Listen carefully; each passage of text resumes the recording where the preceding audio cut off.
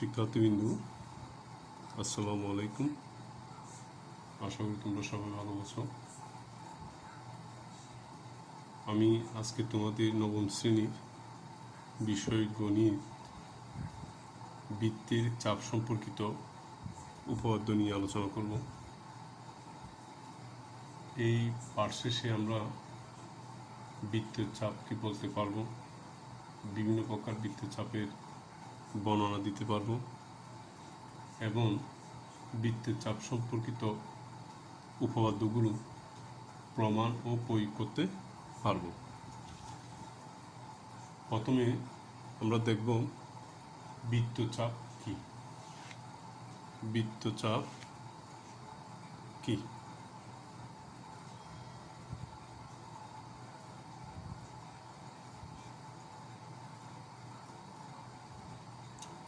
আমরা জানি কোনো বৃত্তের দুটি নির্দিষ্ট বিন্দু এবং ওই বিন্দু দ্বয়ের এক পাশে অবস্থিত বৃত্তের বিন্দুসমূহের সেটটিকে বৃত্তটির একটি চাপ বলা হয়। যেমন আমি কতগুলো বৃত্ত এঁকে তার নির্দিষ্ট দুটি বিন্দু চিহ্নিত করে বৃত্তচাপ আঁকবো। তোমরা দেখো, লক্ষ্য করো।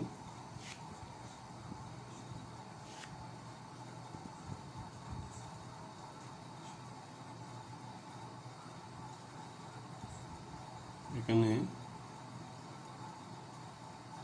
এবি একটি, যে এবি হচ্ছে নির্দিষ্ট বিন্দু, তাহলে এ বি সি একটি বৃত্ত। এটা মনে করো চিত্র ক। আর একটা বৃত্ত অঙ্কন করলাম, এটা এবি একটি, যে যার নির্দিষ্ট বিন্দু এ ও বি, তাহলে এ বি সি একটি বৃত্ত। আর একটা বৃত্ত অঙ্কন করলাম, যেটার কেন্দ্র দিয়ে একটি সরলরেখা অঙ্কন করলাম, এটাকে বলা হয় ব্যাস এ বি। তাহলে সি চিহ্নিত করলাম, এ বি সি একটি বৃত্ত। আরেকটা বৃত্ত অঙ্কন করলাম, কেন্দ্র এ বি যে সি ডি, তাহলে এখানে এ বি সি ডি একটি বৃত্ত। এটা চিত্র খ, এটা চিত্র গ, এটা চিত্র গ। আমরা দেখি ক চিত্রে A C B, A C B চাপে অন্তঃস্থ বিন্দুসমূহ এ বি এর যে পাশে কেন্দ্র আছে তার বিপরীত পাশে অবস্থিত, অর্থাৎ তার বিপরীত পাশে অবস্থিত। এই ক্ষেত্রে এ সি বি চাপকে উপচাপ বলা হয়। এটাকে বলা হয় উপচাপ।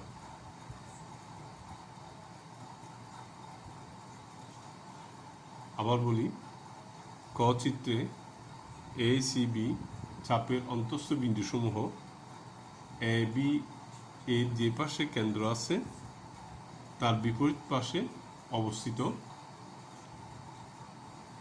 তাই এটিকে উপচাপ বলা হয়। অর্থাৎ এ সি বি এটাকে উপচাপ বলব। খ চিত্রে এ সি বি চাপের সকল বিন্দু এবং কেন্দ্র এ বি এর একই পাশে অবস্থিত, তাহলে এক্ষেত্রে আমরা এ সি বি চাপকে অধিচাপ বলবো। এটা হচ্ছে অধিচাপ। গ চিত্রে লক্ষ্য করি, এ বি রেখাংশ, এ বি রেখাংশ কেন্দ্র দিয়ে যায়, তাই এসি চাপকে অর্ধবৃত্ত বলা হয়। এসি চাপকে অর্ধবৃত্ত।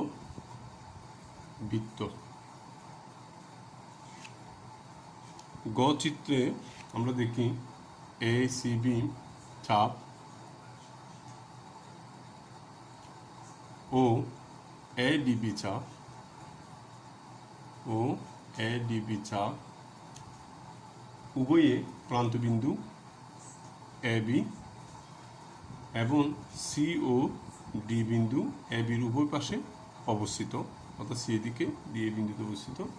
তাই এসিবি ও এডিবি চাপ দুটি একটি অপরটির অনুবন্ধী, অর্থাৎ তাদের বিপরীতে, এবং একটি উপচাপ, ফলে অপরটি হবে অধিচাপ। এটা হচ্ছে যে উপচাপ, আর এডিবিটা হচ্ছে অধিচাপ। তাহলে কোনো বৃত্তের দুটি নির্দিষ্ট বিন্দু, মনে করো এ ও বি, এবং ও বিন্দুদের এক পাশে অবস্থিত বৃত্তের বিন্দুসমূহ সি ডি এগুলো সমূহের সেটকে বৃত্তটির একটি চাপ বলে। তাহলে বৃত্তচাপ কি আমরা জানতে পারলাম। এখন দেখব বৃত্তস্থ কোণ কি এবং কেন্দ্রস্থ কোণ কি। বৃত্তস্থ কোণ কি? অ্যাঙ্গেল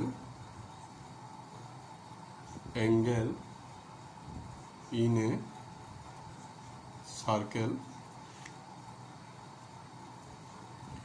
বৃত্তস্থ কোণ জিনিসটা কি এখন আমরা দেখব। আমরা একটা বৃত্ত অঙ্কন করি। বৃত্তর কেন্দ্র হচ্ছে যে ও, এসি একটা যে, বিসি একটি যে, এখানে এ বি সি পি একটি বৃত্ত। একটি কোণের শীর্ষবিন্দুর কোন বৃত্তের একটি বিন্দু হলে এবং কোণটির প্রত্যেক বাহুতে শীর্ষবিন্দু ছাড়া বৃত্তের একটি বিন্দু থাকলে কোণটিকে বৃত্তস্থ কোণ বা বৃত্তের অন্তর্লিখিত কোণও বলা হয়। অর্থাৎ এ সি বি কোণ, এটাকে বৃত্তস্থ কোণ বলা হয়। এখানে চিত্রে এ সি বি একটি বৃত্তস্থ কোণ, একটি বৃত্তস্থ কোণ। কারণ এখানে একটি বৃত্তের নির্দিষ্ট বিন্দু শীর্ষবিন্দু সি এবং কোণটির প্রত্যেকটি বাহুতে শীর্ষবিন্দু ছাড়াও বৃত্তের একটি করে যদি বিন্দু থাকে, তখন আমরা এসিবি কোণকে বৃত্তস্থ কোণ বলব। এখানে এসিবি বৃত্তস্থ কোণটি এফি বি চাপকে খণ্ডিত করে।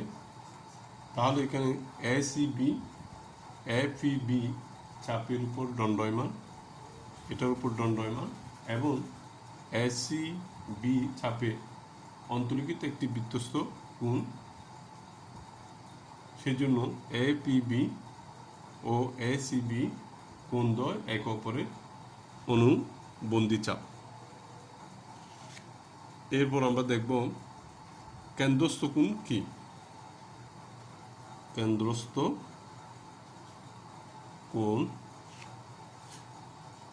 Angle in a centre.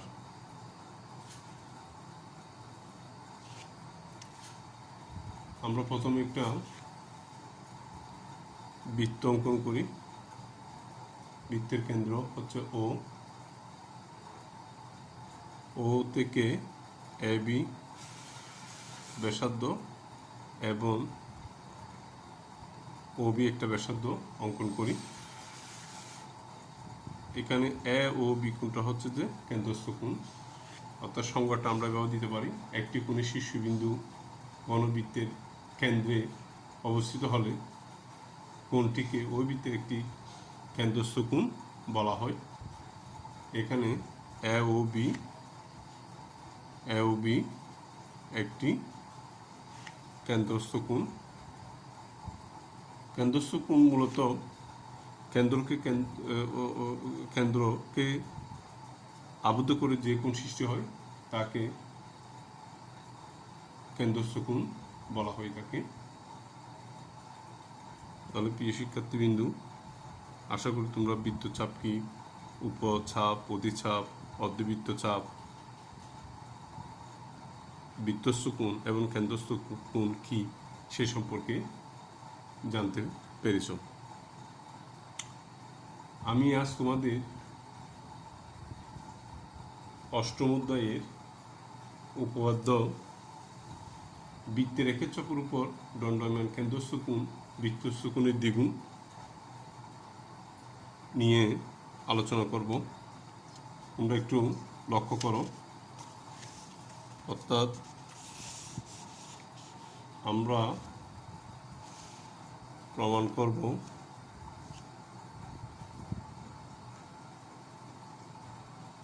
বৃত্তের একই চাপের উপর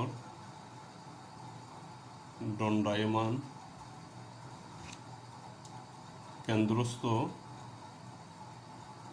কোণ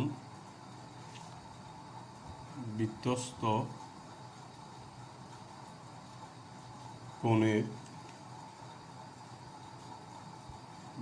কোণের দ্বিগুণ, এটা আমরা প্রমাণ করব।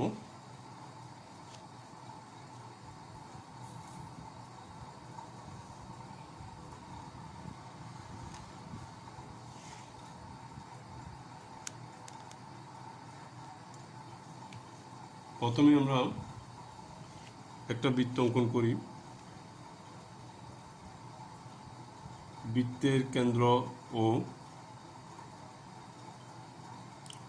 ও থেকে OB, OC ও OA ব্যাসার্ধ অঙ্কন করে AB যোগ করি এবং AC যোগ করে দিই। AO ব্যাসার্ধকে B পর্যন্ত বর্ধিত করি। আমাদের প্রমাণ করতে হবে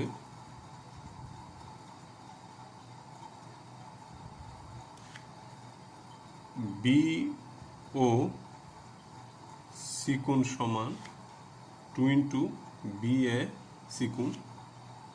এখানে BO C কোণটা হচ্ছে যে কেন্দ্রস্থ কোণ, এই কেন্দ্রস্থ কোণ BAC বৃত্তস্থ কোণের দ্বিগুণ। এই জিনিসটা আমাদেরকে প্রমাণ করে দেখাতে হবে। প্রথমে দেখো, এখানে ত্রিভুজ AOB এর বহিস্থ কোণ হচ্ছে BOD, এই কোণটা। ত্রিভুজ AOB এর বহিস্থ কোণ BOD সমান অন্তঃস্থ কোণ, ত্রিভুজের অন্তঃস্থ কোণ BAO কোণ যোগ অন্তঃস্থ কোণ ABO কোণ, অর্থাৎ এই দুটি কোণের সমষ্টি হবে যে বহিস্থ কোণের সমান। কারণ আমরা জানি বহিস্থ কোণ অন্তঃস্থ বিপরীত কোণ দুই সমষ্টি সমান।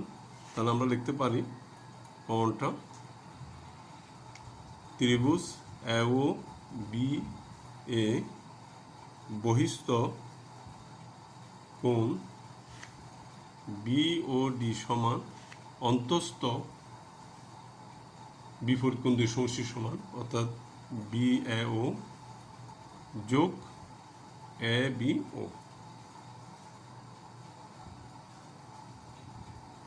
আবার এখানে AOB ত্রিভুজে OA সমান OB, কারণ একই বৃত্তের ব্যাসার্ধ।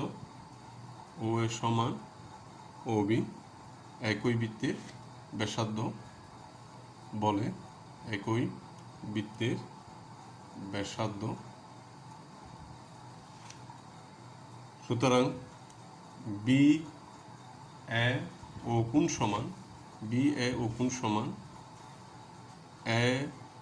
ABO কোণ হবে, কারণ সমদ্বিবাহু এখানে এটা একটা কারণ কেন্দ্র থেকে ব্যাসার্ধ সমান বলে এটা সমদ্বিবাহু ত্রিভুজ। আমরা জানি সমদ্বিবাহু ত্রিভুজের ভূমিসংলগ্ন কোণ দুটি সমান। তাহলে সুতরাং BOD বহিস্থ কোণ সমান BAO যোগ BAO লিখতে পারি, অর্থাৎ AOB এর পরিবর্তে BAO লিখতে পারি। যোগ করলে 2BAO। অনুরূপভাবে